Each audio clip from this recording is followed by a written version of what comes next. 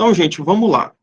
Primeira coisa, eu vou fazer uma rápida revisão sobre as tendências pedagógicas que passaram no Brasil, né, o pensamento pedagógico brasileiro, foi aonde, em quais teorias ele foi alicerçado. Mas o que eu quero, basicamente, é fazer um comparativo e mostrar para vocês pontos importantes que são aqueles cobrados em prova.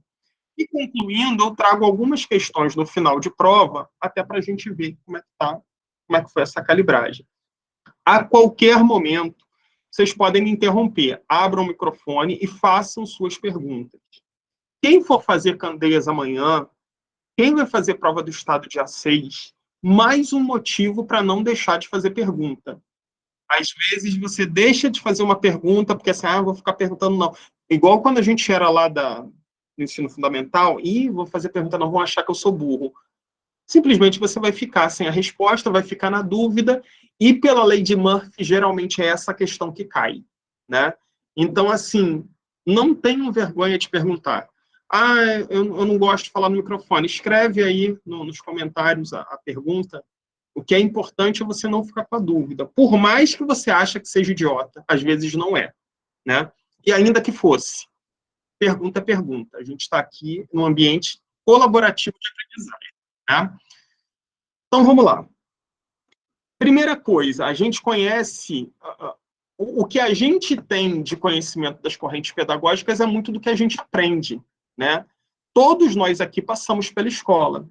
E, geralmente, nós passamos por uma corrente pedagógica que foi a que, durante mais tempo, esteve pontuando as escolas do Brasil, que é a corrente tradicional, né? Reconhecer aspectos da corrente tradicional, da tendência tradicional, é muito simples. O que a gente precisa é saber diferenciar as outras. Então, o que eu vou fazer agora?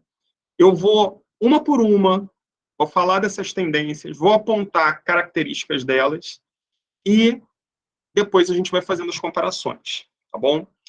Antes é preciso deixar claro o seguinte: a gente parte de um princípio, né, de dividir as tendências pedagógicas em tendências liberais e tendências progressistas.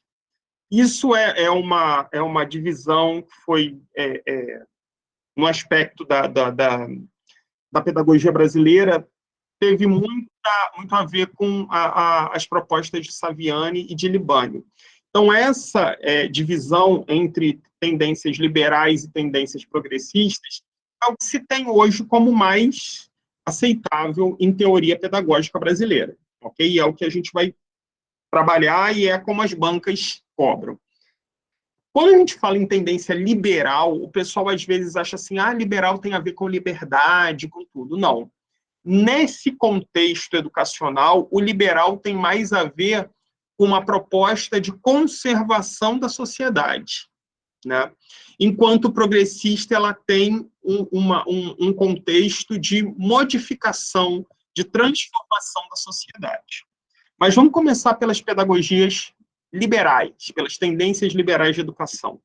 Deixa eu compartilhar a tela com vocês.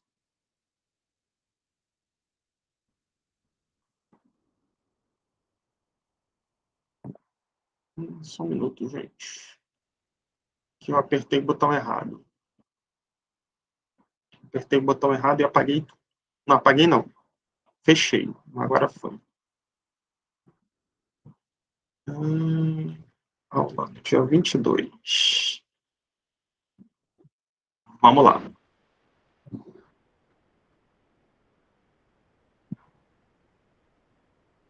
Compartilhando. Aparece para vocês já aí? Sim. Pronto, então vamos lá. Primeiro, eu quero mostrar o quadro geral, que é para a gente entender. Esse quadro, só existe esse quadro? Não. Existem várias outras classificações de tendências pedagógicas, mas esse é o mais aceitável, é o mais... na teoria pedagógica brasileira, é um dos mais tradicionais e mais aceitáveis, porque resume grande parte do pensamento pedagógico brasileiro. Então, nessa divisão, a gente tem as tendências pedagógicas divididas em duas partes. A primeira parte são as tendências liberais de educação e a segunda parte são as tendências progressistas. As tendências liberais, como eu disse, elas têm um objetivo mais de conservar a sociedade, né? Falando de uma maneira bem objetiva, as tendências liberais, elas não têm como objeto da sua atuação que hajam transformações muito radicais na sociedade. Ou seja, ela entende a sociedade, ela entende que a sociedade deve ser conservada do jeito que está. Então, as camadas de poder, a divisão, ou seja, ela atende uma lógica muito capitalista. Porque o que é a lógica capitalista? Para que a gente tenha um mundo capitalista funcionando, é preciso quem mande e quem obedeça. É preciso pobre, é preciso rico, né? Então, se não houver essa divisão de classes, a própria sociedade capitalista ela não se sustenta. Então, a pedagogia liberal ela tem esse objetivo de manter a sociedade do jeitinho que ela está, né? Quer formar as pessoas. Geralmente, a lógica dessas pedagogias, não todas, mas a grande lógica das pedagogias, principalmente as mais tradicionais, é justamente fazer com que a gente tenha uma escola mais elaborada para pessoas de elite, para que elas se desenvolvam e alcancem os cargos de comando da sociedade, e uma escola voltada mais ao trabalho braçal, mais técnico, que é para formar aquele pessoal lá de baixo, que vai trabalhar mesmo na parte operacional. Isso é a concepção liberal. A concepção progressista, por sua vez, ela entende que é preciso haver mobilidade. Ela tenta agir para que as camadas mais desfavorecidas possam alcançar caminhos mais altos. E aí ela se diferencia, basicamente, das tendências liberais. Tá? Então, dado isso, dentro das tendências liberais, a gente tem algumas divisões. A gente tem a pedagogia tradicional, as pedagogias renovadoras, que eu tenho a renovadora progressiva e a renovadora não diretiva, que é a escola nova, e eu tenho a pedagogia tecnicista. Dentro da progressista, por sua vez, eu tenho três: a libertadora, a libertária e a crítico-social dos conteúdos.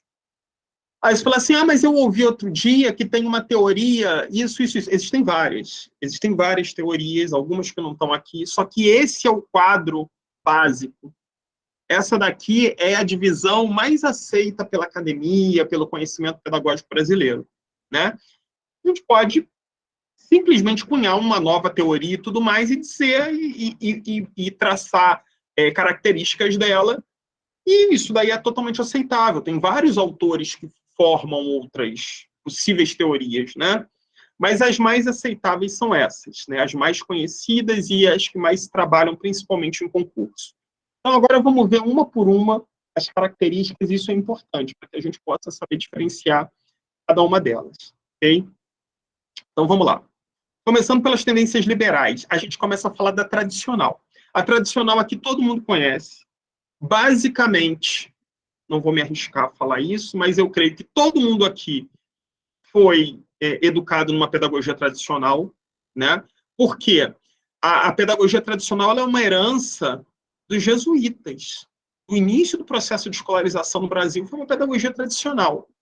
Quais são as características dessa pedagogia tradicional? Qual é a concepção do homem na pedagogia tradicional?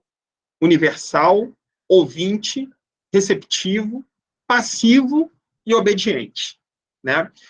Um dos lemas da educação jesuíta era que o aluno deveria ser inerte como um cadáver, né? Entendia-se que a aprendizagem só acontecia se o aluno fosse totalmente receptivo, passivo, obediente e ouvinte.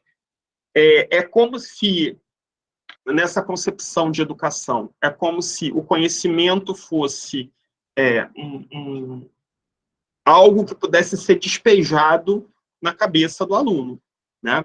Então, essa é a concepção do homem frente à pedagogia tradicional. Na concepção epistemológica, ou seja, do conhecimento, como o conhecimento se dá no âmbito dessa tendência, a gente tem uma ênfase muito forte na memorização, no ensino enciclopédico, né? O que é esse ensino enciclopédico? É aquele ensino que você vai estudando situações totalmente descoladas da sua realidade, mas que você está ensinando porque elas fazem parte de um conjunto de conhecimentos acumulados e você vai empurrando, né? Por exemplo, eu me lembro, no meu ensino fundamental, ter estudado Revolução de York, Guerra das Duas Rosas, revoluções inglesas do século XVII, XVIII. Eu me lembro, quando eu estudei, eu não fazia ideia do que era aquilo, não tinha noção nenhuma. E eu penso que até o professor ensinava aquilo por ensinar, porque estava ali, né? Não havia vínculo com a realidade. Ah, quer dizer, então, Alexandre, que você não acha que não deve ser ensinado isso? Não, acho que deve ser ensinado sim.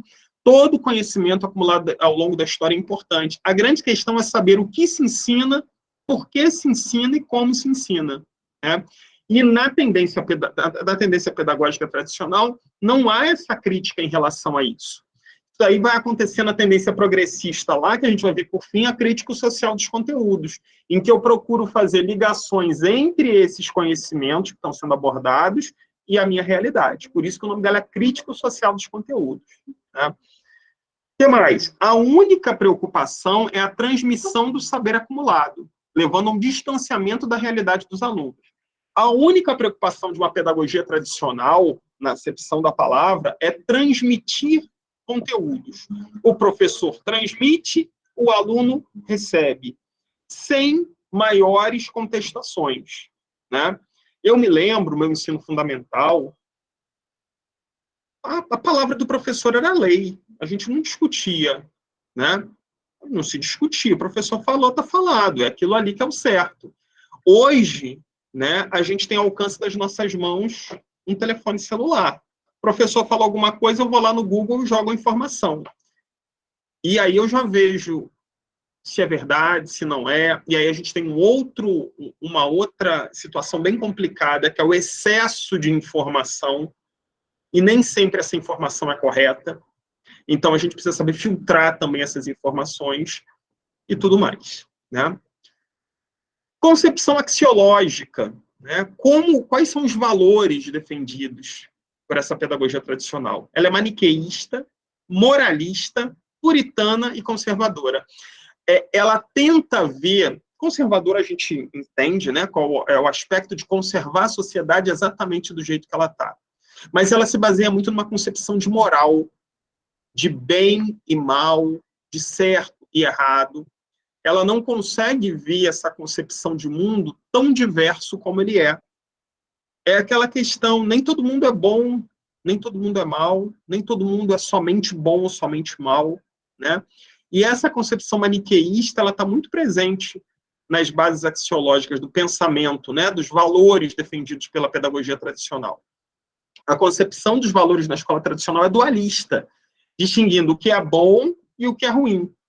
Exigem um exagerado moralismo, pois as regras não deixam as pessoas mudarem de opinião, sendo a moral única e todos têm que se adequarem a elas. Aí você vai falar assim, Alexandre, mas não era bem assim na escola que eu estudei. Claro que não. Por quê? A gente está falando aqui da concepção tradicional de educação. Uma escola que se coloca como tradicional não quer dizer que ela é tradicional em 100% das situações. Ela pode, em determinada concepção, ela não ser tão tradicional assim, ela pode ter algumas aberturas, né? Mas a concepção tradicional pedagógica tem essa visão, né? Tem essa visão de mundo, essa visão de homem, essa visão de conhecimento. E, por último, a concepção política, conservadora, ela quer conservar a sociedade do jeito que ela está, autoritária, né? A própria postura do professor frente aos alunos é uma mostra dessa postura autoritária. Niveladora, porque ela entende que todo mundo está no mesmo patamar, e não está, né? E hierárquica, porque ela segue muito bem essa questão disciplinar. São as normas que garantem a submissão do aluno, levando-os à obediência, que é considerada a primeira virtude. Isso daí está muito patente no pensamento do jesuítico, né? A obediência é o primeiro passo para a virtude, né? Então, a concepção tradicional, ela se apega muito nisso aqui. Tá? A concepção tradicional talvez seja mais fácil da gente entender, porque todos nós passamos por ela, né? Só que aí vamos ver agora outras tendências que também são liberais, que também se apoiam numa conservação da sociedade. Aí, antes de falar da pedagogia progressista, renovadora progressista, eu quero falar da escola nova, do movimento escola novista, que a gente também conhece ela como a pedagogia renovadora não diretiva, né? Que é a escola nova. Qual é a concepção de homem na escola nova? O sujeito não é universal, ele é individual. Se lá na pedagogia tradicional a gente tem uma concepção universal de homem, na escola nova a gente tem uma concepção individual. Todos nós somos um indivíduo com suas peculiaridades, com suas diferenças, com o maior conjunto possível de características diversas um dos outros. Então, não existe um sujeito universal, mas sim um sujeito individual, né? Somos indivíduos únicos. Então, já é uma mudança que aparece aí da água para o vinho na escola nova.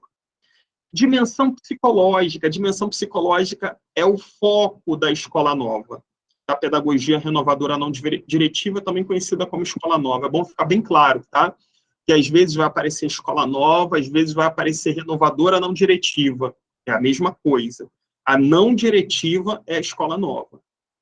Sujeito livre, ativo e social. Ao contrário da concepção tradicional, né? Que tinha um sujeito totalmente domesticado. Não nasceu com a essência pronta, ou seja, o sujeito não nasceu com a essência pronta. Ela é construída ao longo do seu desenvolvimento, ao contrário do que propõe também o pensamento tradicional pedagógico, né? E na concepção epistemológica, a base do conhecimento da escola nova, a aprendizagem é por interesse, eles têm o foco na curiosidade. Saber e o prazer fazem parte do processo educativo. Ela trabalha com experiências concretas e o conhecimento é construído de maneira progressiva, né? O aluno é o sujeito principal da aula e norteador. Ao professor, cabe estimulá-lo, dando ênfase à aprendizagem como apreensão da metodologia de pesquisa e tendo como objetivo estimular os interesses inatos de seus alunos e obedecendo à ordem psicológica de cada um, que é definido durante o processo. Muito importante é essa questão psicológica. A ênfase dada na escola nova é a dimensão psicológica do sujeito. Tá? E percebam, se lá na pedagogia tradicional a gente tem um foco muito grande no professor, né? Ele é o elemento central, é a partir dele que tudo acontece. Na escola nova, esse foco se volta para o aluno.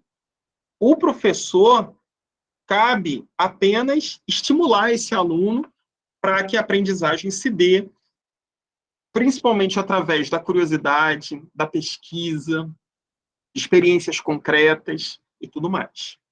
Okay? Na concepção axiológica, existe uma certa aversão às normas. Se no ensino, na perspectiva tradicional do ensino, era tudo muito normatizado, regrado, na escola nova isso é deixado de lado, né? A gente tem o quê? A autonomia do aluno como um dos pilares e a rejeição de padrões e rótulos, né?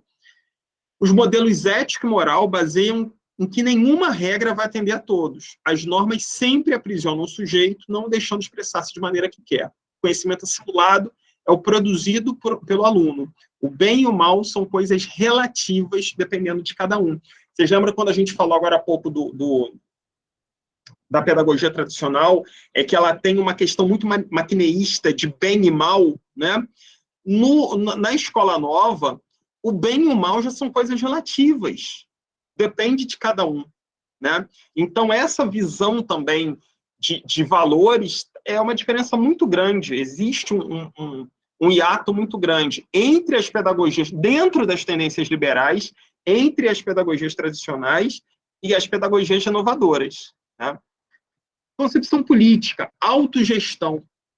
Agora, olha interessante, pouca ênfase em questões sociais. Por quê? Porque era uma pedagogia conservadora, né? A escola nova é uma pedagogia conservadora. Embora ela fale em autogestão e tudo mais, mas as questões sociais, elas não são o foco da pedagogia renovadora, né? Liliane levantou a mão. Professor, por isso, então, ela seria caracterizada como liberal e não progressista? Exatamente. Porque quando a gente tem ênfase nas questões sociais, a gente poderia estar caminhando para uma pedagogia libertadora ou até mesmo libertária, né? Ou, esse caso não, né, crítico social dos conteúdos. Mas justamente por não ter uma ênfase nas questões sociais, o que, que acontece aqui? A preocupação não é a mobilidade da sociedade, a preocupação é outra, né? E o foco da perspectiva escola novista, a gente sabe que é a questão psicológica, né? É a construção do sujeito e tudo mais. As questões sociais não são o objeto principal da pedagogia escola novista. Por isso, ela é uma pedagogia liberal. Boa colocação, Liliane. Aí a gente tem o modelo político é de uma sociedade fragmentada. O positivo da do escola novista é ir contra a ditadura. A disciplina trabalha com o discurso de trabalhar com a liberdade, sendo ele democratizante, né? O movimento escola novista, ele passou ali por alguns períodos de ditadura. O movimento escola novista ele vai surgir ali mais ou menos nos anos 30, em que a gente já tem a ditadura do Estado Novo, né? Aí depois vem o período da ditadura militar ali na década de 60 e tudo mais. A grande diferença é que, se a pedagogia escola novista ela não tinha uma ênfase muito grande nas questões sociais, o positivo é que ela era contra a ditadura, porque ela tinha um aspecto de democracia, de trabalhar com a liberdade. Isso não combinaria com um aspecto mais ditatorial, né? Agora, lembrando, ainda assim, o modelo em que se baseia a concepção de escola nova é um modelo de sociedade fragmentada em classes. E eles não querem modificar isso, né? Não é o foco da pedagogia escola novista fazer essa modificação. Ficou claro aí, gente? Sim. Seguimos, então. Bom, agora é um dos grandes nós que acontece. Porque a gente tem dois tipos de pedagogia renovadora, né, progressiva. A gente tem a renovadora progressiva e a progressiva não diretiva, que é a escola nova. Qual é a diferença? O pessoal sempre fica, nossa, como é que eu diferencio uma em outra, né? Um dos pontos é que a pedagogia escola novista ela é muito baseada numa concepção psicológica, né? Ela tem uma ênfase muito grande. Agora, olha isso aqui outras características interessantes. Outras modalidades da pedagogia liberal são a escola nova diretiva e a não diretiva. A primeira, né, que é a diretiva, a pedagogia progressiva diretiva, tem por objetivo a valorização dos aspectos afetivos e atitudes. Por isso se preocupa com a participação do aluno e os conhecimentos que ele traz. Há uma valorização dos aspectos afetivos, socialização e foco em atividades autoavaliativas. No modelo não diretivo, o professor é centrado nas relações humanas. O que isso significa? Conduzir o estudante no processo de aprendizagem com menos interferência possível. Até por isso o nome dela é uma pedagogia não diretiva, né? A condução desse modelo é com o menor tipo de interferência possível. O professor, nesse caso, ele é apenas um condutor, né? Até por isso a pedagogia escola novista ela é não diretiva. O objetivo não é a interferência direta nisso. O objetivo é que o aluno conduza seu próprio processo. O foco aqui é promover o autodesenvolvimento e a realização pessoal. As atividades avaliativas abusam dos debates, trabalhos em grupo e aprendizado voltado à prática e ao estímulo do pensamento. O Nilcélio perguntou, poderia ser um facilitador também? Com certeza. Facilitador, mediador, condutor. O professor, ele se coloca numa postura mais neutra neste processo, né? E aí a gente tem...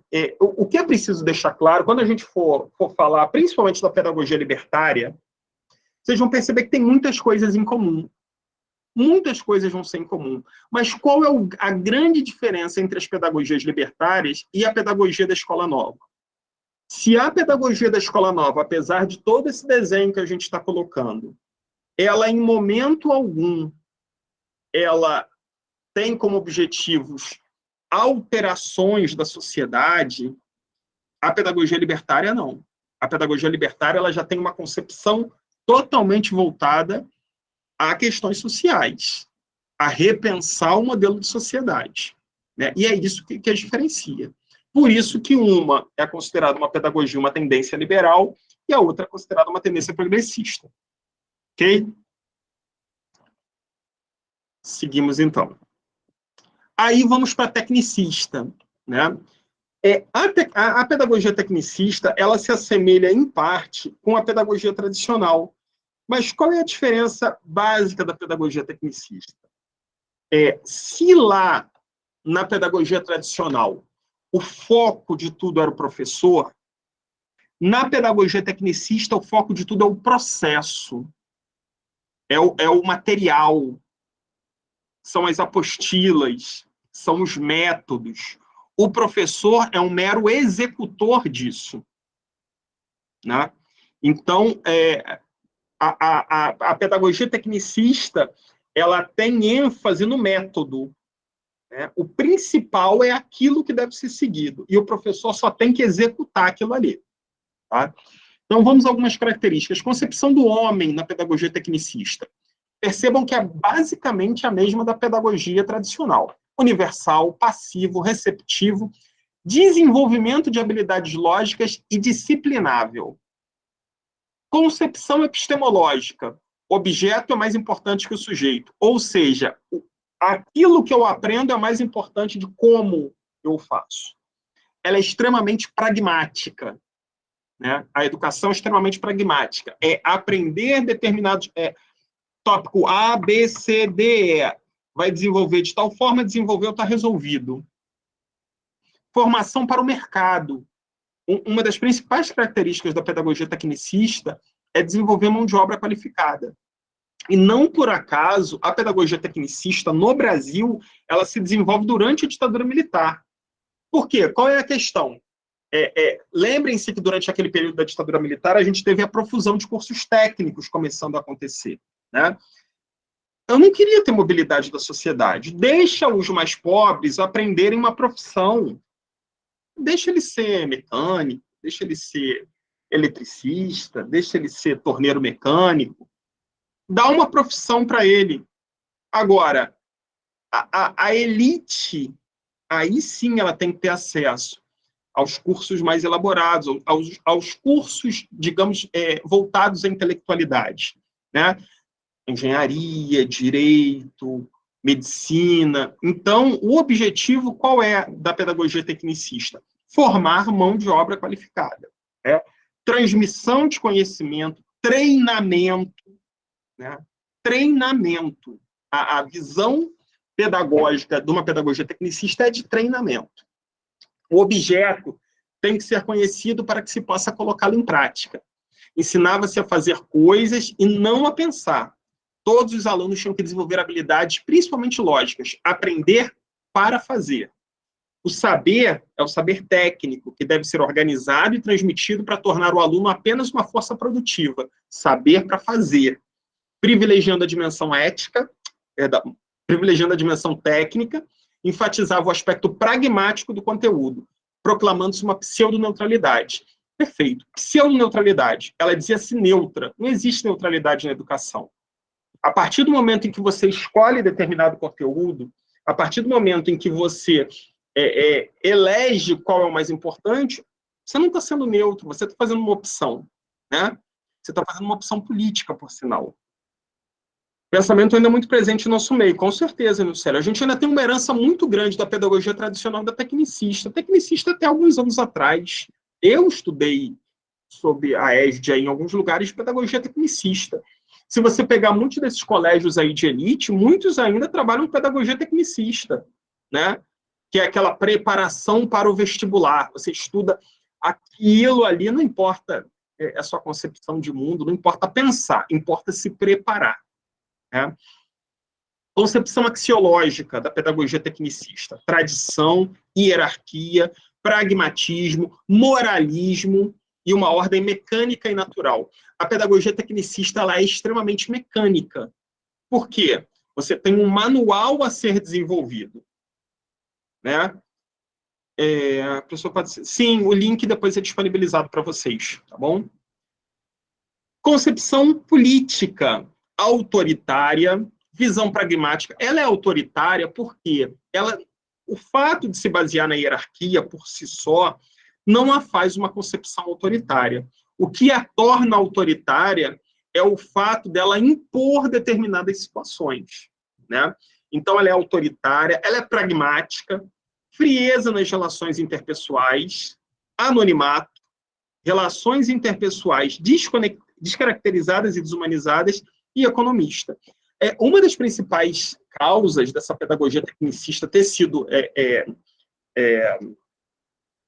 adotada ainda durante a ditadura militar era a economia. Porque é muito fácil você padronizar. Quando você padroniza determinada situação, fica muito fácil de você difundir isso. E qual era o objetivo? É você fazer com que a população se alfabetizasse. O Brasil, lá da década de 50, 60, era um país com um número gigantesco de analfabetos. Então, o que se queria nessa concepção, nessa ideia tecnicista? Aumentar a escolarização, né, para que essas pessoas fossem incorporadas ao mercado de trabalho, para começar a absorver essa mão de obra de um crescente processo de industrialização que estava começando no Brasil ali na década de 50, 60. Né? Então, entendia-se que para o Brasil crescer, era preciso mão de obra qualificada.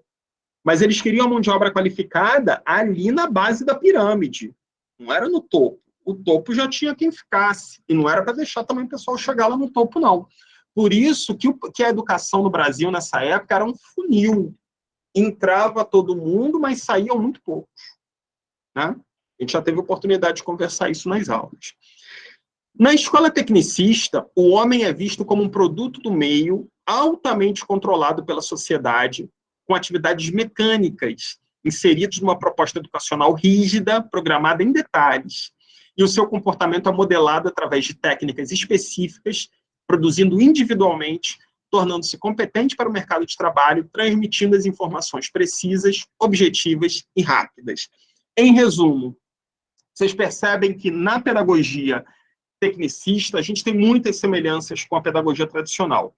A diferença é que a pedagogia tecnicista ela tem como principal característica um modelo pronto, né? Seguir os formulários, os manuais, os formatos, existe uma lógica a ser implementada que não dá margem de ação ao professor ou ao aluno. Né? O foco é no processo. Se lá na pedagogia tecnicista o foco era no professor, se lá na pedagogia tradicional o foco era no professor, na pedagogia tecnicista o foco é no processo. Né? Temos até um grafoguinho que alfabetiza a criança em pouco tempo. Pois é.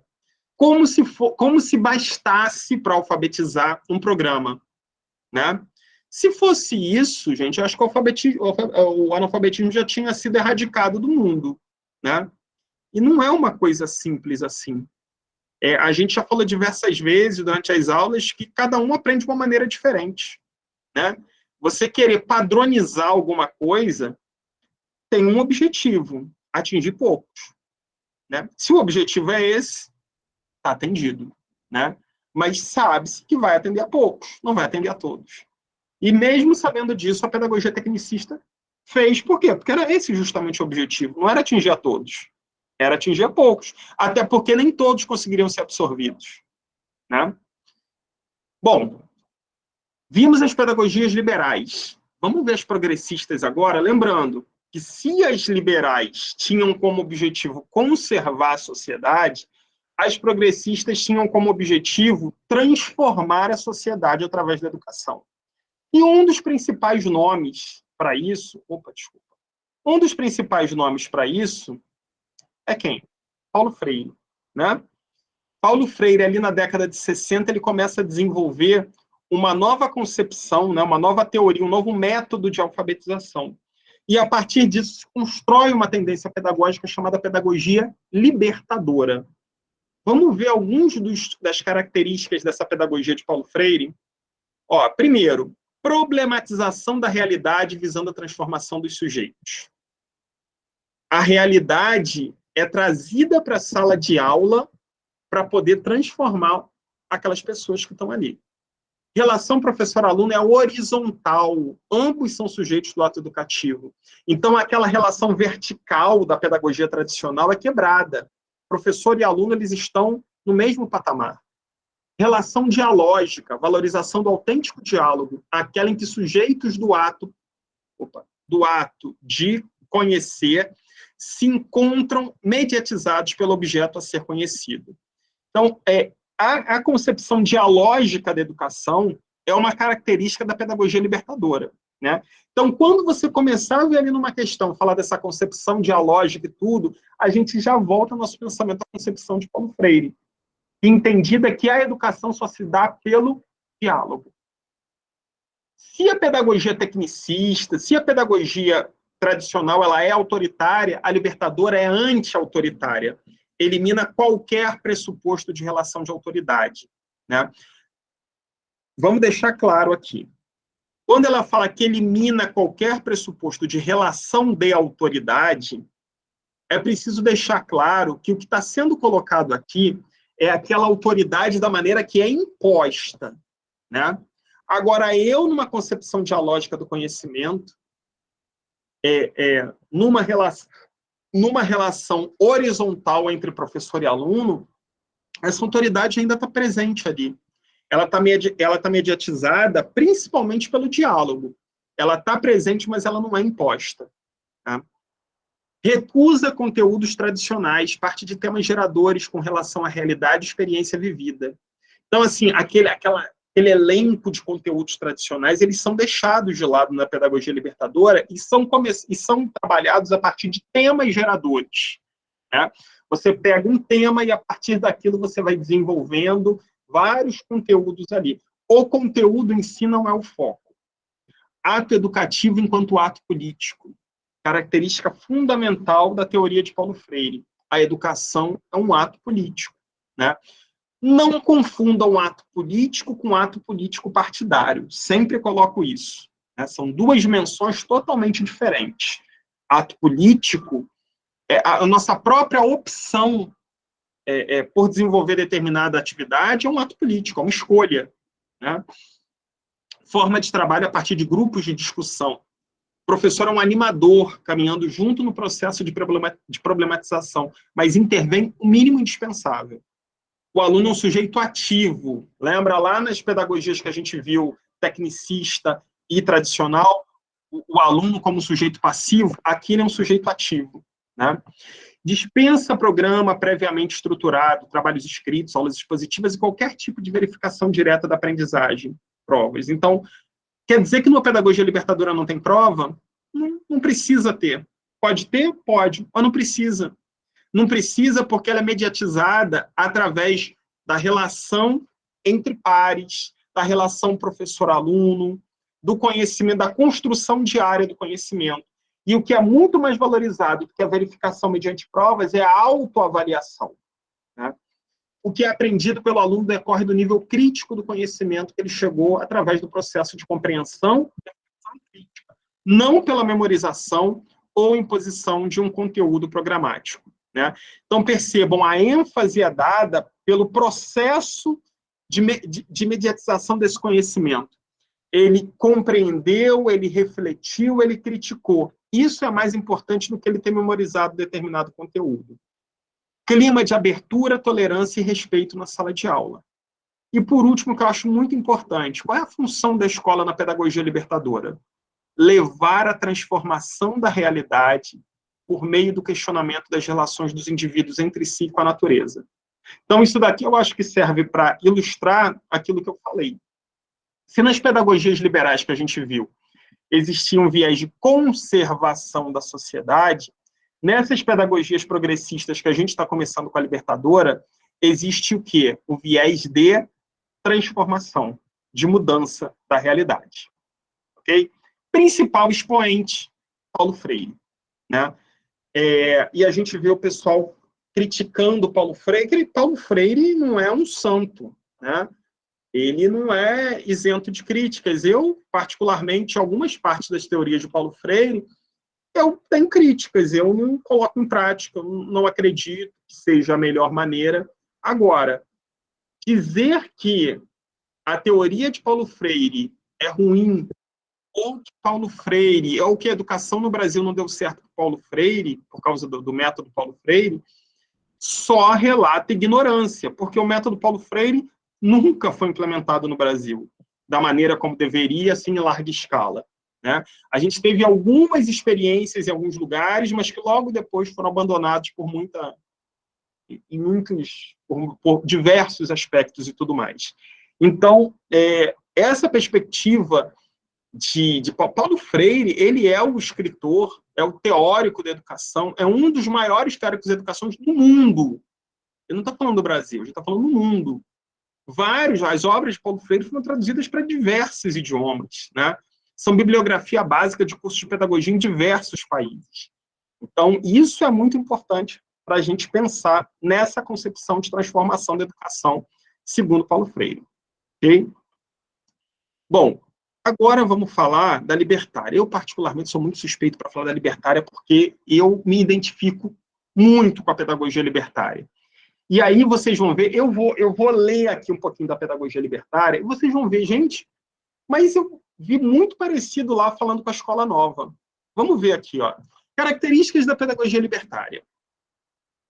Toda organização se baseia na autogestão. Vivência grupal. Ela é anti-autoritária, ela não aceita outra forma de poder. Professor e aluno são desiguais e diferentes. Olha que interessante quando a gente fala da situação de professor e aluno. Eles são desiguais.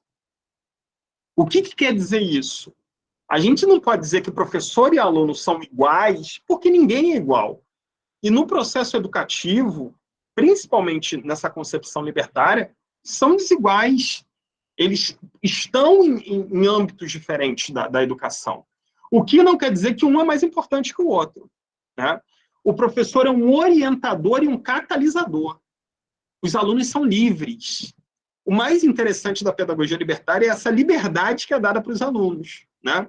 Favorece o desenvolvimento de pessoas mais livres. Obviamente, que se eu sou livre dentro do meu ambiente educativo, eu vou desenvolver pessoas mais livres. O conhecimento deve servir aos interesses e à vida prática do aluno. Uma das principais características da pedagogia libertária. O interesse do aluno pauta a construção do currículo. A ausência de avaliações de aprendizagem. Os conteúdos sistematizados são dispensáveis. Valoriza a experiência do aluno. A estratégia pedagógica deve ser não diretiva, ou seja, não tem controle por parte do professor, apenas mediatiza. A aprendizagem é informal. A motivação está no crescimento dentro da vivência grupal, pois supõe que o grupo devolva aos seus membros a satisfação de suas aspirações e necessidades. Então, assim, a pedagogia libertária, ela tem muito a ver, e ela tem uma herança diretamente da concepção anarquista. Né? A gente tem Ferrer e Guardia como um dos principais expoentes do início da construção do movimento libertário. Né? Hoje, a gente tem várias propostas libertárias, e um dos grandes nomes de pedagogia libertária se chama Celestin Freinet. Né? Vocês vão ver, nas obras de Freinet, principalmente, vários desses aspectos. Alunos livres, aprendizagem por interesse, né? Aprendizagem acontecendo de maneira informal, valorização de experiência do aluno, valorização da vida, valorização da vivência em grupo.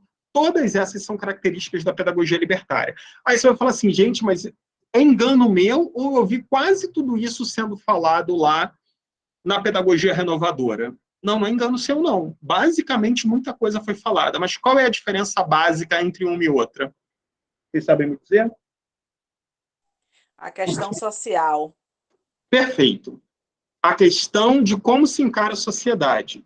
Se lá na pedagogia renovadora, das duas, tanto na diretiva quanto na não diretiva, eu tinha uma concepção de manutenção da sociedade.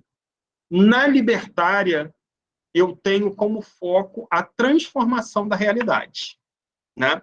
Toda essa concepção de autogestão, de aprendizagem formal, de valorização da vivência em grupo, ela tem como foco a transformação da realidade, né? Até porque a gente tem que pensar nos ideais anarquistas. Se você parte de uma concepção anarquista, você quer mudar a sociedade do jeito que ela está, do jeito como ela é dada, né? E essa é a diferença básica dessas concepções, ok? E a terceira e última concepção que eu trago para vocês aqui é a crítica social dos conteúdos, também conhecida como histórico-crítica, que é uma tendência que hoje tem muito desenvolvimento, principalmente nas concepções mais críticas, né, nos professores mais críticos. Qual é a característica principal? Os conteúdos são importantíssimos, aqueles conteúdos sistematizados ao longo dos tempos são importantíssimos e são trabalhados numa concepção crítico-social. A diferença é que tenta-se a todo momento fazer com que esses conteúdos tenham sentido, né? Que esses conteúdos sejam problematizados, trazendo para a realidade do aluno. Então, vamos ver algumas características. Agir dentro da escola para agir rumo à transformação da sociedade. Ou seja, eu discuto, eu ajo, eu reflito dentro da escola para que isso gere um reflexo na sociedade e a transforme, porque é uma pedagogia progressista. Agir diante das condições já existentes, garantir a todos um bom ensino, trabalha com os conteúdos culturais e universais incorporados pela humanidade, ela não renega eles, mas permanentemente reavaliados e reavaliado criticamente diante das realidades sociais.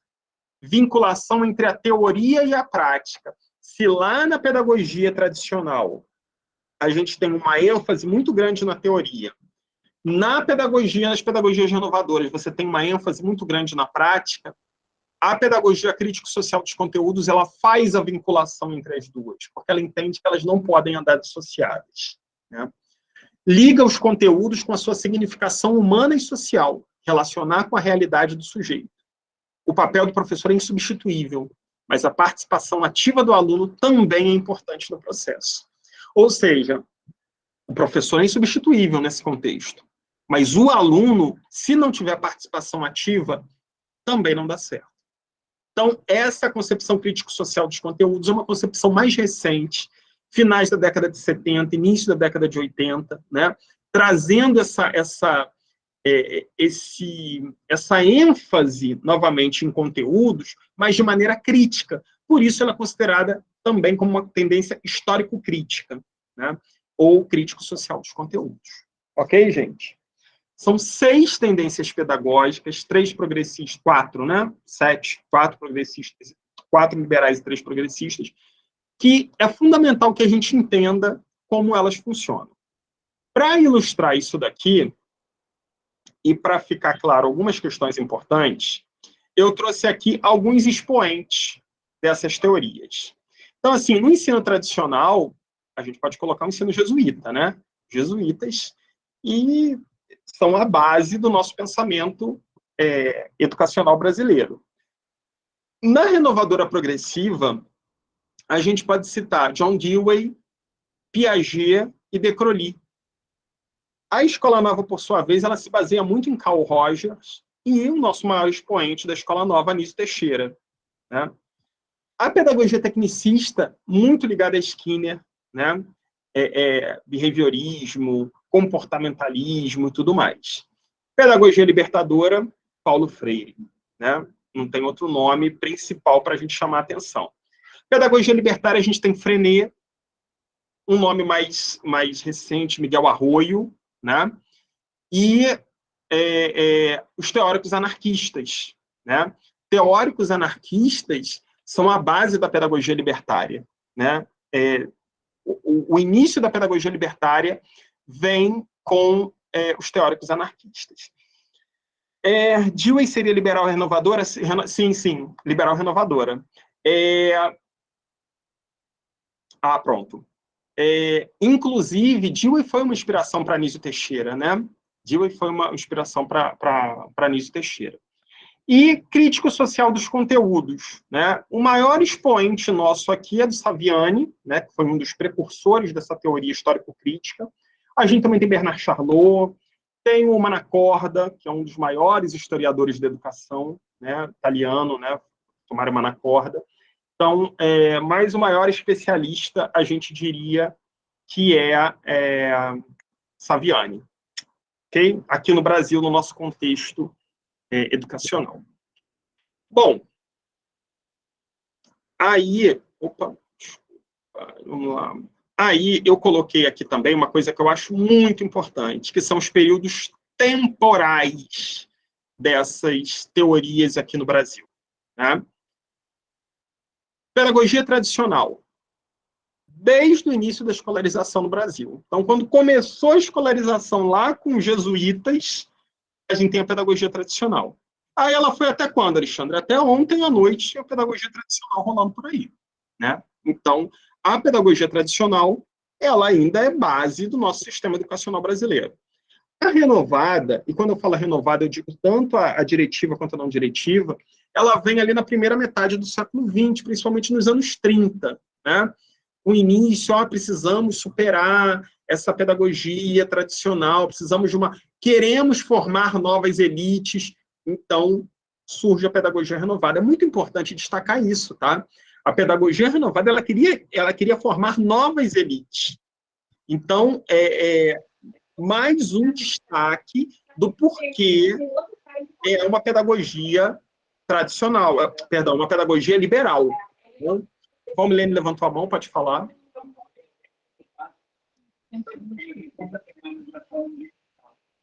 Não. Foi por engano? Então, ok. Bom, pedagogia tecnicista. Maior característica, ditadura militar, né? Ela tem a sua ênfase durante o período da ditadura militar. Então, a gente pode colocar ali na década de 60, 70, 80, até 85. Quer dizer que ela acabou ali na década de 80? Não que ela acabou. Mas a influência dela no modelo educacional começou a decair. Ela foi a principal tendência pedagógica durante esse período da ditadura militar, mas depois ela começa a decair. Libertadora, anos 60, né? Paulo Freire começa ali idos dos anos 60, então é ali que começa o desenvolvimento da pedagogia libertadora. Libertária, a libertária em si, desde o início do século XX, a gente tem pedagogias libertárias acontecendo, propostas libertárias acontecendo. Só que ela, em momento algum, ela teve um boom de pedagogias libertárias, né? A gente começa lá no início do século XX, com algumas propostas acontecendo, a gente tem sempre propostas pontuais acontecendo, como hoje a gente ainda tem várias propostas, mas elas são bem pontuais, né? E a crítica social dos conteúdos, ênfase ali a partir dos anos 80, né? Um decaimento, o início do processo de redemocratização também combina muito com o início dessa crítica social dos conteúdos, dessa teoria histórico-crítica. Ok? Pessoal, ficou alguma dúvida, alguma pergunta aí, né, nessas tendências que a gente viu? Não? Então vamos ver. Sim, como vou colocar isso no papel? Com a caneta. Olha só, vamos lá. É preciso deixar claro uma coisa. Uma prova discursiva, primeiro você precisa ter domínio do conteúdo, né? Vocês precisam ter claro a diferença entre uma e outra, né? Se a gente pudesse falar, se eu perguntasse para vocês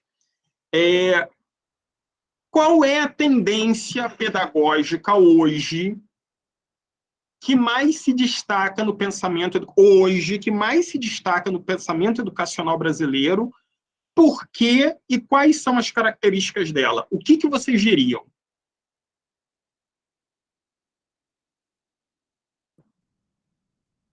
Hoje, a gente pode dizer que temos uma tendência predominante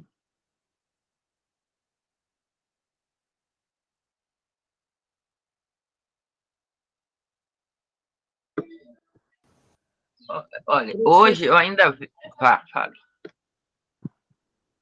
Não pode falar, colega. Fica à vontade. Não, pode, continue, vai. Uma complementa a outra, não tem problema não.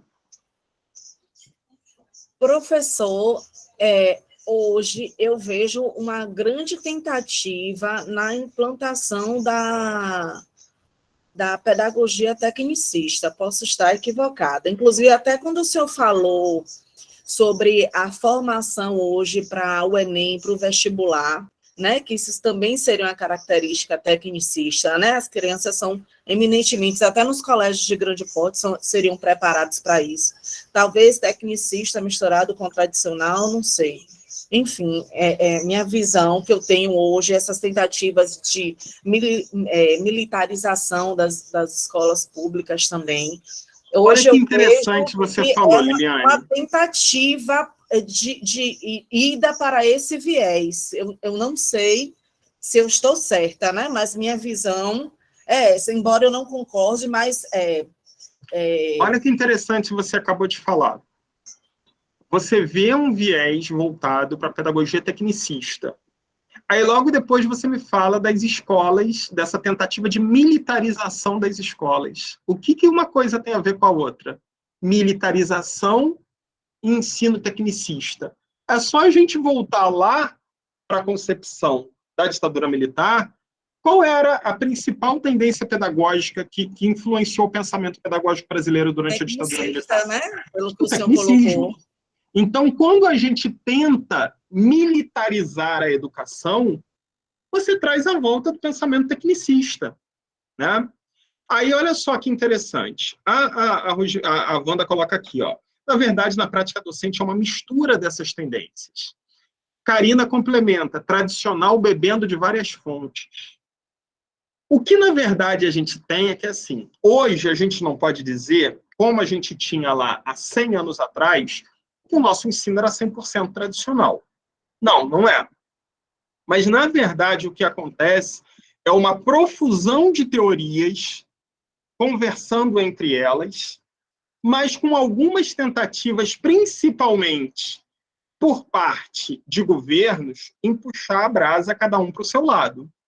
E aí uma situação que pode ser desenvolvida numa questão discursiva muito bem, tem várias. Por que aqui eu não foquei em falar, olha, como é que a gente vai fazer a questão discursiva? Porque falar sobre pensamento educacional brasileiro, você tem várias nuances que você pode falar. Uma possível nuance a ser colocada, essa que a Liliane colocou.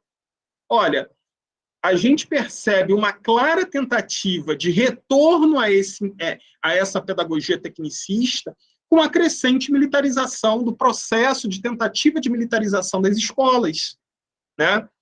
Justamente por quê? Porque a pedagogia tecnicista ela tem as bases, né? Ela foi a pedagogia principal a ser desenvolvida durante o período da ditadura militar, né? Essa questão militarista de disciplina, de hierarquização, de controle, é uma característica da pedagogia tecnicista. Então, por isso a gente vê isso também. Por outro lado, a gente também pode destacar numa eventual questão discursiva que a pedagogia tradicional que a gente sempre conheceu, ela não consegue mais se sustentar no modelo de sociedade que a gente tem hoje. Por que a gente... provocação a vocês. Eu afirmo para vocês o seguinte, a pedagogia tradicional, do jeito que a gente conhece, ela não consegue mais se sustentar no modelo de sociedade que a gente tem hoje. Por que vocês... como vocês justificariam essa minha afirmativa? Não perguntei, não. Eu afirmei. O modelo de pedagogia tradicional não consegue se sustentar na sociedade atual. Por qual motivo? Ou quais? Né? Acho que um dos grandes fatores aí é o acesso à informação. Os alunos têm acesso à informação, o uso das tecnologias, como a colega colocou aí agora, tira, entre aspas, do professor esse papel de detentor absoluto do conhecimento e do saber. né? Exatamente. O Se, professor a deixa partir de do ser o momento que a oráculo. informação está acessível, já quebra essa característica forte da tradicional, que é o professor o centro de tudo. E aí, isso daí que você colocou, Cristiana, tem um aspecto muito importante em outro grande problema da educação, que se chama hoje, que os professores detectam que é um dos grandes problemas da educação, chamado indisciplina.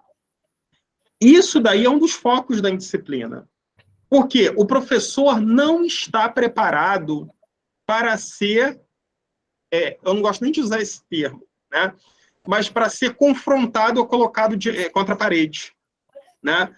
Imagina, o professor ele se prepara, dá uma aula, aí quando explica determinado ponto, o aluno, professor, eu vi aqui na internet que pode ser de outra forma. Às vezes o professor não domina aquilo ali. Né? E o professor, a forma como nós moldamos a tendência pedagógica de imaginar o professor como detentor do conhecimento, não permite a gente dizer assim, não, o professor não sabe tudo. Né? Tem alguns que não conseguem isso, dizer para si mesmos assim, essa parte eu não sei. Eu preciso aprender. É mais fácil você fazer o quê? É mais fácil você simplesmente tirar o dissenso de dentro da sala de aula, para que você continue sendo a única palavra. Então, aí gera o quê? Os conflitos começam. E os conflitos começam a indisciplina. Ah, você está falando que isso é a causa da indisciplina? Falei que isso é uma das causas da indisciplina. Tem várias outras. Mas essa é uma das também. Né? Uma das causas. Imagina, se eu começasse a dar aula aqui para vocês em russo. Em russo. Alguém fala russo aqui? Creio que não, né? Eu também não falo. Mas provavelmente vocês não iam entender nada do que eu estava falando. E aí, vocês iam começar a dispersar. Como a gente está online aqui, vocês não iam poder estar conversando entre vocês. Vocês iam para o celular, né? Iam para o joguinho, iam fazer as coisas de vocês. Né? Se vocês estivessem numa sala de aula, iam começar as conversas paralelas. E aí começa a indisciplina. Mas por quê? Porque a minha mensagem não está chegando até vocês. Né? Dei o exemplo aqui do russo só para mostrar isso. A mensagem não alcança quem deveria. Por um erro no código, por um erro no método, por um erro no processo, não importa qual é o erro, mas a mensagem não está chegando. Às vezes isso acontece. E na pedagogia tradicional é muito difícil reconhecer isso. Porque se o professor é o detentor do saber, como é que ele pode estar errado? Errado estão os outros. Né? Errado é quem não conseguiu aprender. Então, essas concepções são muito importantes na hora de vocês discutirem uma questão discursiva. Obviamente que eu não tenho como fazer um modelo para vocês de uma questão discursiva, até porque não seria esse o foco. Né? Mas se vocês têm o conhecimento em relação a isso, se vocês conseguem identificar quais são as dificuldades da implementação de cada um desses métodos, vocês vão conseguir desenvolver bem. Né? E o Célio levantou a mão. Só para fazer um comentário rápido. Eu ouvindo aí você falar, e a colega, eu não sei como é a realidade de cada pessoa, mas o que eu vejo justamente as pessoas que defendem as escolas militarizadas, né, que defendem, que dizem, por exemplo, a Câmara de Vereadores, que ontem deu outra coisa a não ser falar que as escolas estão violentas e que os professores não têm controle. E aí, quando eu ouço a nossa voz, eu ouço justamente a maioria de nós desejando esse domínio, né, de volta. Quando eu vou para a reunião de professores, a coisa que eu mais ouço é isso, esse desejo da volta desse domínio. E quem defende a volta dessa escola é o centro. É esse centro sempre de que o professor... A campanha política mesmo tratou muito disso na passada, e nessa está batendo fortemente, de que o professor perdeu o controle.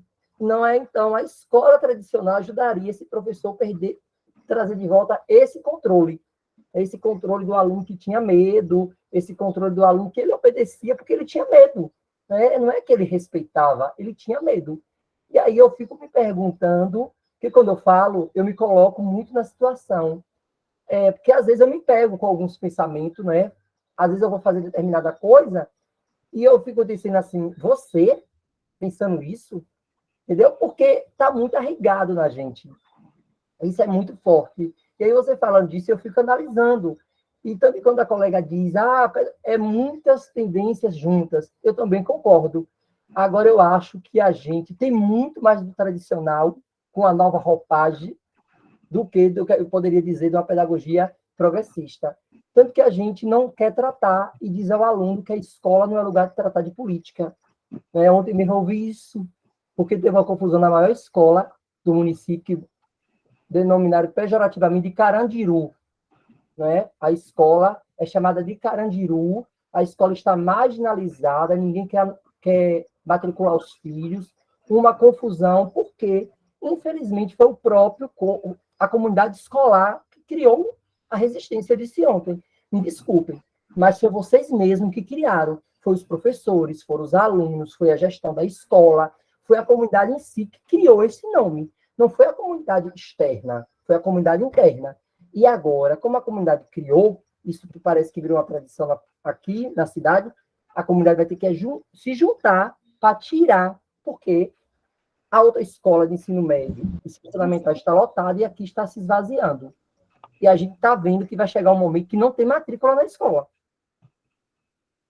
Pois é, criou-se um estereótipo, né? Criou-se um estereótipo e agora, para tirar, é complicado. E uma coisa interessante que o Nucélio falou é basicamente isso. Acho que é uma palavra-chave em cima da qual vocês podem desenvolver muita coisa chamada controle, né? As pedagogias tradicionais, elas têm como característica o controle sobre os alunos. E uma das críticas do Miguel Arroyo, que é um libertário, é justamente acabar com o controle sobre os corpos. A pedagogia tradicional ela exerce um controle tão grande, não é apenas sobre as mentes, é um controle sobre os corpos. A forma, vejam vocês, em algumas turmas, né, de até educação infantil com as crianças pequenas, as crianças têm que ficar paradinhas, quietinhas, né, naquela cadeirinha ali, elas têm um horário para se mexer, elas têm um horário para tudo. Tudo é controlado, né? É um controle que ele ultrapassa. Pensa-se assim, através do controle se dá a educação. Isso é uma base do pensamento tradicional. Quando a gente sabe que a educação não se dá mediante a isso. O objetivo desse controle é outro, que não educacional. Aí a Karina vem com Foucault, exatamente. Né? É a pedagogia do medo mesmo, a pedagogia da força. Né? É a pedagogia da imposição.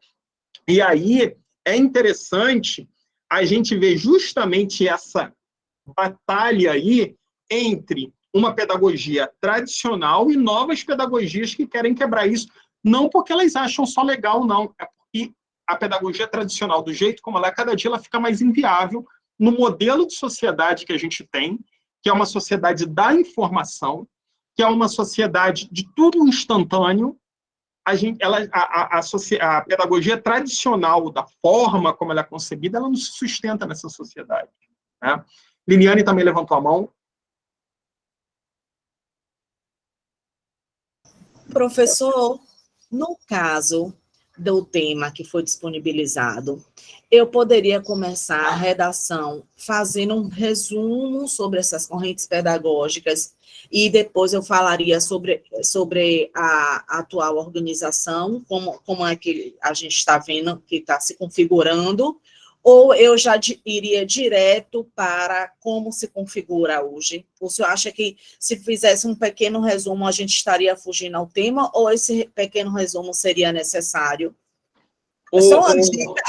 O que é que você acha? Liliane, eu estou até abrindo aqui o edital de Candeias para ver o que eles falam da prova discursiva. Se é um texto dissertativo argumentativo. Se for um texto dissertativo argumentativo, o ideal é você começar com um breve resumo. Não se estenda muito, né? Resumo é resumo. A gente não se estende muito. Mas é sempre bom a gente começar. Se por um acaso for questão discursiva de desenvolvimento, aí não vejo necessidade disso. mas é muito curioso porque a menos que eu estou vendo rápido aqui também, né? Eu não estou conseguindo identificar a explicação sobre essa questão, né? Como ela vai ser. Então, se for uma questão dissertativa argumentativa, olha, eu duvido muito que seja uma questão dissertativa argumentativa, porque assim, eu estou há muitos anos trabalhando com curso preparatório. Eu nunca vi na vida alguém adiantar o tema da redação, para você fazer a redação em casa e levar. Também não. Então, assim, se for, vai ser uma novidade muito grande para mim fazer isso. Você imagina a quantidade de redação igual que vai ter, né? Então, eu acredito que, com base nesse texto, eles vão trazer alguma pergunta específica ou algum estudo de caso específico, eu não sei. Eu acho que pode ser por esse lado. Por exemplo, fazer um comentário sobre o desenvolvimento da pedagogia tecnicista no Brasil. Um exemplo, né? Ou um estudo de caso para você desenvolver. Eu acho muito estranho eles darem o tema para você fazer uma dissertação, né? Uma construção dissertativa argumentativa, porque senão você poderia fazer de casa. Mas, como não é uma organizadora assim, com muitas referências, a gente não sabe o que eles podem fazer, né? Eu acredito que, com base nesse tema, que é muito geral, que é muito amplo, eles devem indicar um tema específico para você desenvolver, né? Penso que seja assim. O Milene também está com a mão levantada. Alguma pergunta?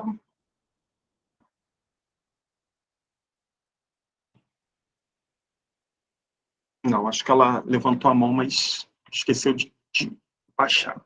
Bom, eu trouxe 5 questõezinhas aqui, só para a gente poder dar uma treinadinha rápida, tá? É para a gente tirar eventuais dúvidas. Então, são coisas bem rapidinhas para a gente poder concluir. Vamos lá. A década de 60 será marcada pelas últimas experiências de renovação pedagógica sob a égide da concepção humanista moderna, expressas nos ginásios vocacionais e em escolas experimentais. Em termos alternativos, surge nessa década a concepção pedagógica. E aí, o que vocês me responderiam?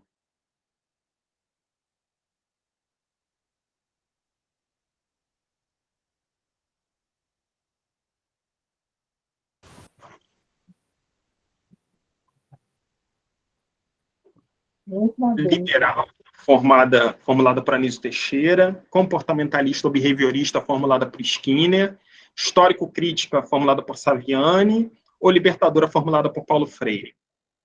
Pessoal, já a Aline sinalizou ali a letra D. Libertadora, né? Colocaram ali letra B, né?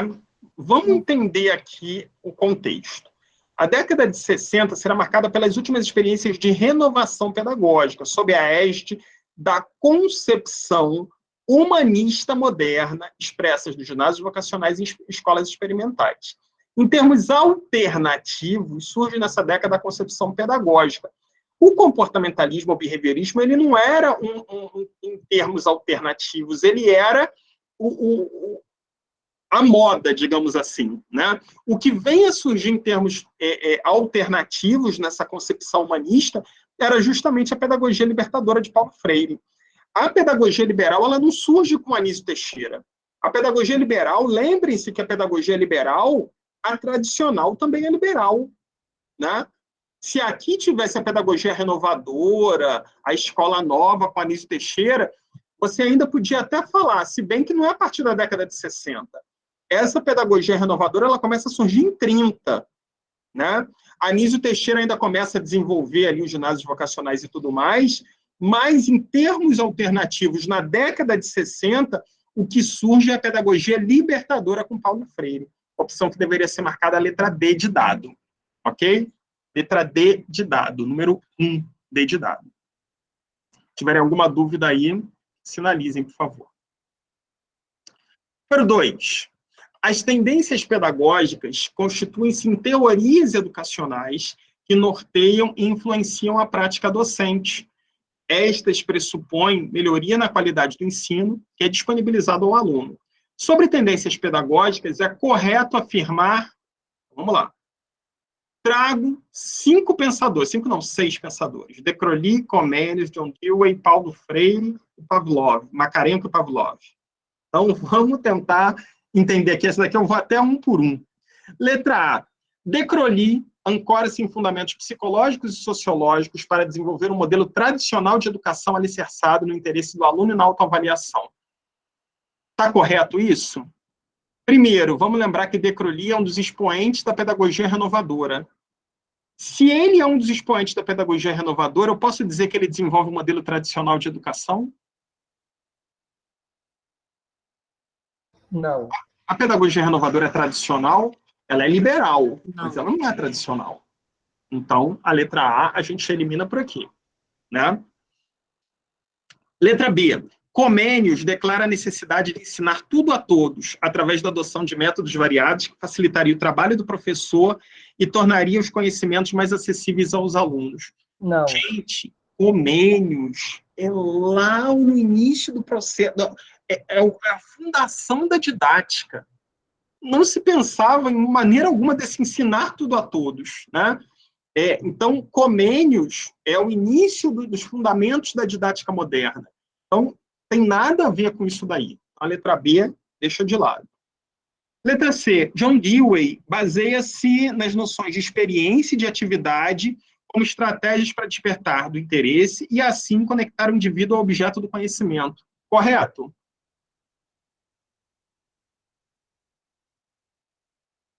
Repete aí, por favor, que cortou aqui, eu não estou conseguindo ver. John Dewey baseia-se nas noções de experiência e de atividade como estratégias para o despertar do interesse e, assim, conectar o indivíduo ao objeto do conhecimento. Está correto? Eu acho que não. Vamos pensar que John Dewey é um dos expoentes da pedagogia renovadora, né? É um dos precursores disso daí no mundo inteiro. Quais eram as bases do pensamento de Dewey? Era justamente o interesse do aluno, o aluno aprenderia através do interesse, e esse interesse estaria através, obviamente, das experiências que ele desenvolveria e da diversidade dessas atividades que seriam propostas. E era através disso, desse interesse, que os objetos de conhecimento, os conhecimentos, os conteúdos iam se conectando ao que o aluno deveria aprender. Isso era a concepção de Dewey. Então, percebam aqui a letra C. Dewey baseia-se nas noções de experiência e de atividade como estratégias para despertar do interesse. E, assim, conectar o indivíduo ao objeto do conhecimento. Está correto. Essa concepção aí de Dewey está correta. Tá? A gente não pode dizer que está errado, não. Concepção de Dewey aqui, totalmente correta. Vamos ver as outras. Vai que tem duas, né? Vai que tá, sabe-se lá. Letra D.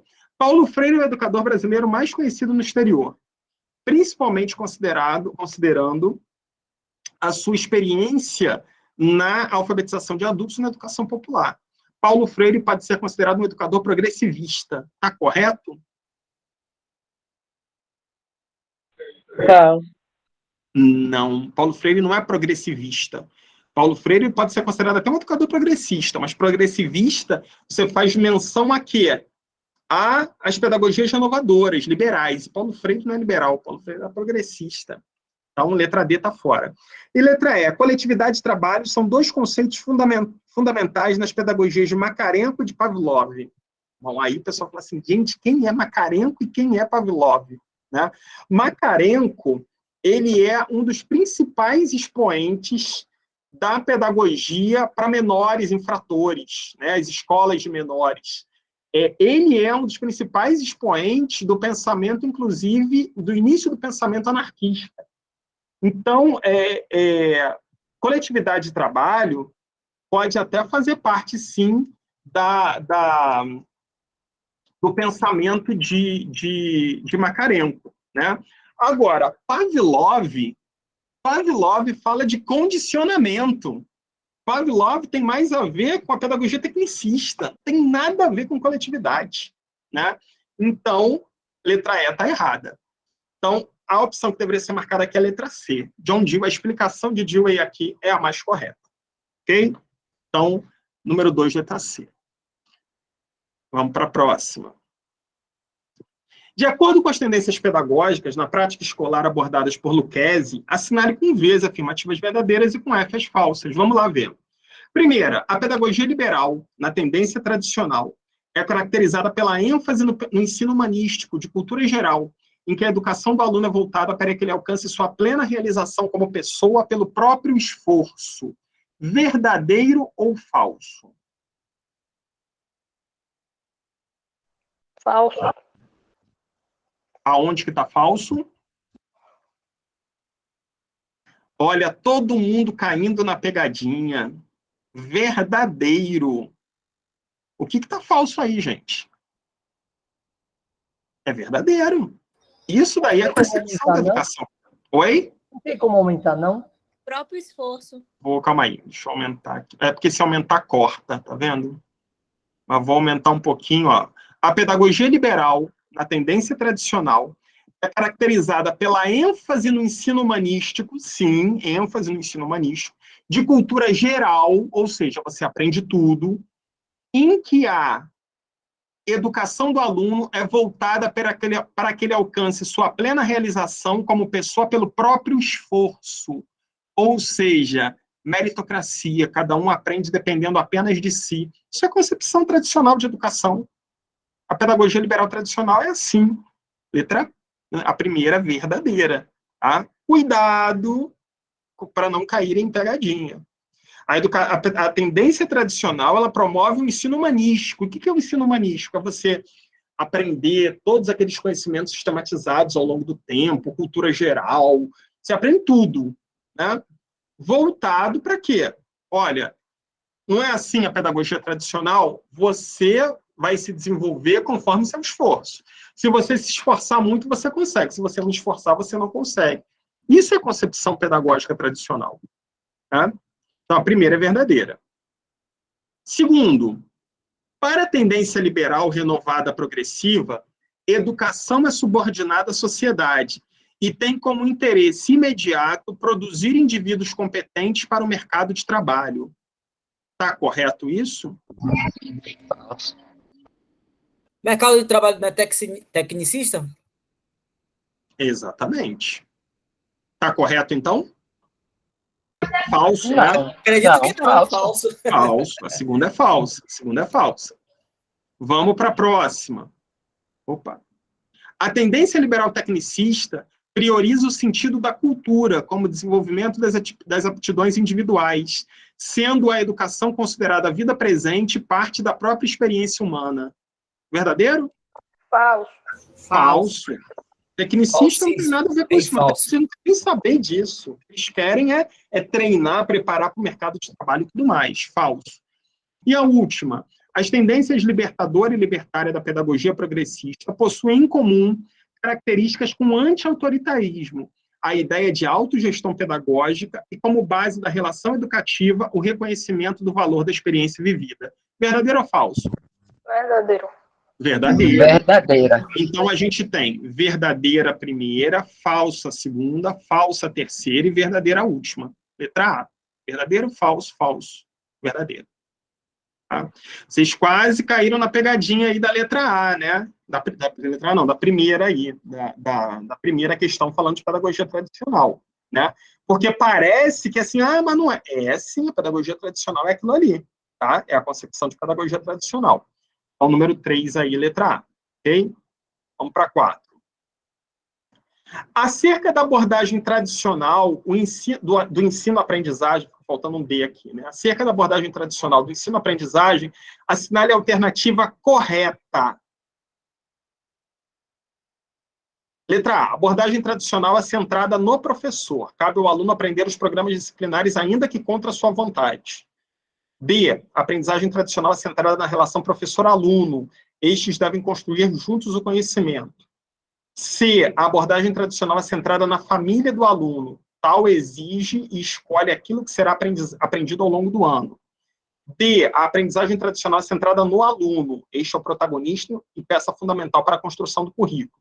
E a abordagem tradicional é centrada na sociedade, cabe ao aluno ou ao professor seguirem aquilo que a sociedade coloca como importante se aprender. Qual a opção correta? Letra A. Letra A. A abordagem tradicional é centrada no professor. Cabe ao aluno aprender os programas disciplinares, ainda que contra a sua vontade. Perfeito. Isso é a concepção tradicional de educação. E para a gente concluir nossa aula, considere as tendências pedagógicas brasileiras e as características de aprendizagem citadas e relacione adequadamente a respectiva tendência. Então, assim, a gente tem aqui, ó, baseada no desempenho, baseada na resolução de situações-problema, aprender a modificar a percepção da realidade, baseada nas estruturas cognitivas já estruturadas nos alunos, receptiva, mecânica e não considera as particularidades próprias de cada idade. Aí tem aqui na ordem, liberal tradicional, liberal... Vamos lá, então vamos começar pela primeira aqui. Tendência liberal tradicional. De 1 a 5, qual seria a que melhor se adequa à liberal tradicional?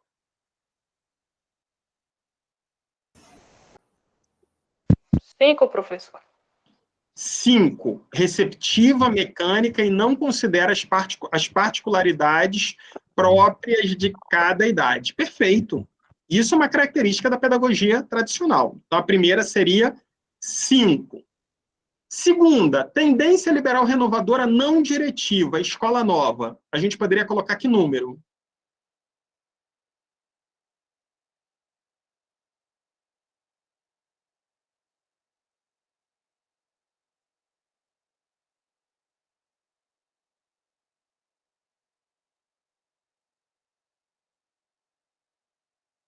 Pedagogia, escola nova, né? Renovadora não diretiva. Qual dessas poderia ser? A diretiva, a escola nova é baseada no desempenho? Não, no cognitivo. Não. Ela é baseada na resolução de situações-problema? A gente até poderia dizer que ela é baseada na resolução de situações-problema. O problema é que não tem só uma aqui que tem isso. Então, se eu roubo de uma, pode sobrar para outra. O pessoal está marcando a 4, baseada nas estruturas cognitivas já estruturadas nos alunos. Sim e não. A gente tem isso, mas esse não é o foco da pedagogia da escola nova. A escola nova, ela busca modificar a percepção da realidade. Percebam que a gente não está falando modificar a sociedade, mas modificar a percepção da realidade. Por quê? Porque ela é uma pedagogia que se baseia em questões como as experiências, ela se baseia em questões voltadas para a convivência em grupo. Então, ela busca modificar a percepção da realidade.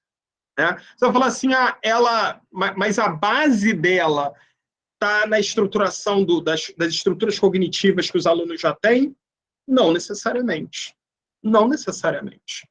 Né? Então, eu não posso dizer que é uma característica. A melhor característica dessa aqui para a pedagogia da escola nova é aprender a modificar a percepção da realidade. Tá? Tecnicista. Qual é a característica da tecnicista aí para a gente?